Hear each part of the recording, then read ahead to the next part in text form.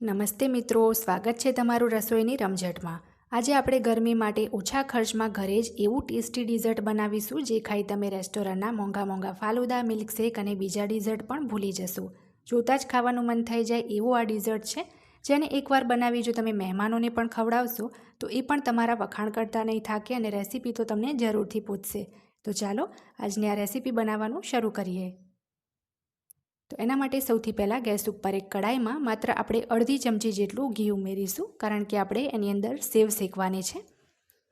તો ઘી સરસ ગરમ થઈ જાય પછી આપણે એની અંદર 2 ટેબલસ્પૂન જેટલી વર્મિસેલી સેવ ઉમેરીશું। આ સેવ તમને કોઈ પણ મોલ કે કરિયાણાની દુકાનમાં ઇઝીલી મળી જશે, ઓનલાઈન પણ મળી જાય છે।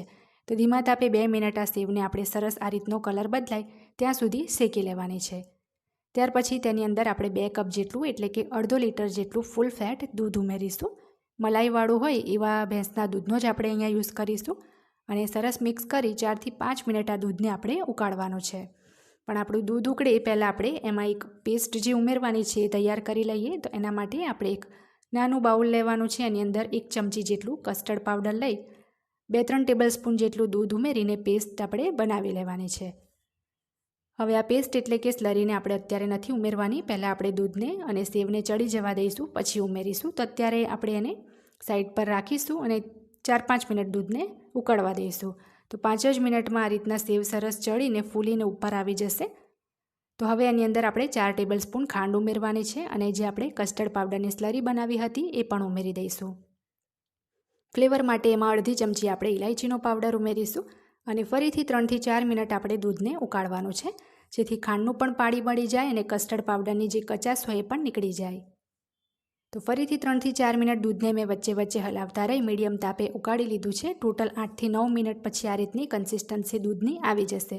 તો આપણે હવે ગેસ બંધ કરી દેવાનું છે અને એને આપણે ટોટલી ઠંડુ થવા દઈશું।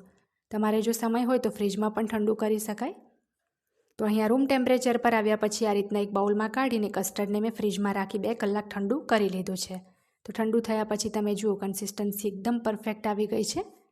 તો હવે એને એસેમ્બલ કરવા માટે અહીંયા મેં 2 ગ્લાસ લીધા છે, દરેક ગ્લાસમાં 1-1 ચમચી આપણે પલાળેલા ટૂંકમરિયા ઉમેરીશું। 1 ચમચી ટૂંકમરિયાને 10 મિનિટ પાણીમાં પલાળી રાખવાના છે।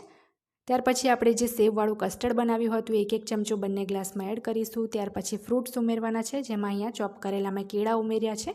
ત્યાર પછી ચોપ કરેલા ચીકુ, સફરજન, કાળી દ્રાક્ષ અને દાડમના દાણા હું એડ કરીશ। તમારી પાસે જે પણ સિઝનલ ફ્રૂટ્સ હોય એનો તમે આમાં યુઝ કરી શકો છો। લીલી દ્રાક્ષ, સ્ટ્રોબેરી, શક્કરટેટી, કીવી, પપૈયું, કેરી જેવા દરેક ફ્રૂટ્સનો આમાં ઉપયોગ કરી શકાય। તરબૂચ સિવાય, કારણ કે તરબૂચમાં પાણીનો ભાગ વધારે હોવાથી ડિઝર્ટ તમારું પતલું થઈ જશે।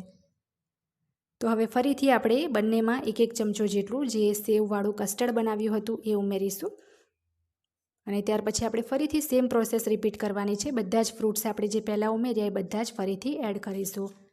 અહીં આ જે કસ્ટર્ડ છે લુકમાં અટ્રેક્ટિવ લાગે એ માટે હું આ રીતના એને લેયર વાઇઝ અસેમ્બલ કરું છું ગ્લાસમાં। તમે એ રીતના ના કરવું હોય તો બાઉલની અંદર જ તમે બધા ફ્રૂટ્સ અને જે ડ્રાય ફ્રૂટ્સ ઉમેરવા હોય એ ઉમેરીને આ ડિઝર્ટને સર્વ કરી શકો છો।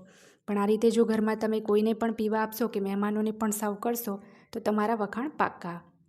રેસ્ટોરન્ટમાં આ બધા ડિઝર્ટ ઘણા મોંઘા મળતા હોય છે, તો ઘરે એકદમ ઓછા ખર્ચમાં આખા પરિવાર માટે આ ડિઝર્ટ તમે તૈયાર કરી શકો છો।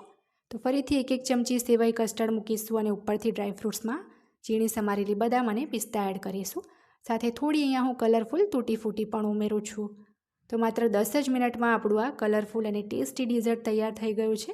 આજની આ રેસીપી જો તમને ગમી હોય તો મારી ચેનલ રસોઈની રમઝટને સબસ્ક્રાઈબ કરી બેલ આઇકન દબાવવાનું ના ભૂલતા, જેથી દરેક નવા વિડીયોની નોટિફિકેશન તરત જ તમને મળે।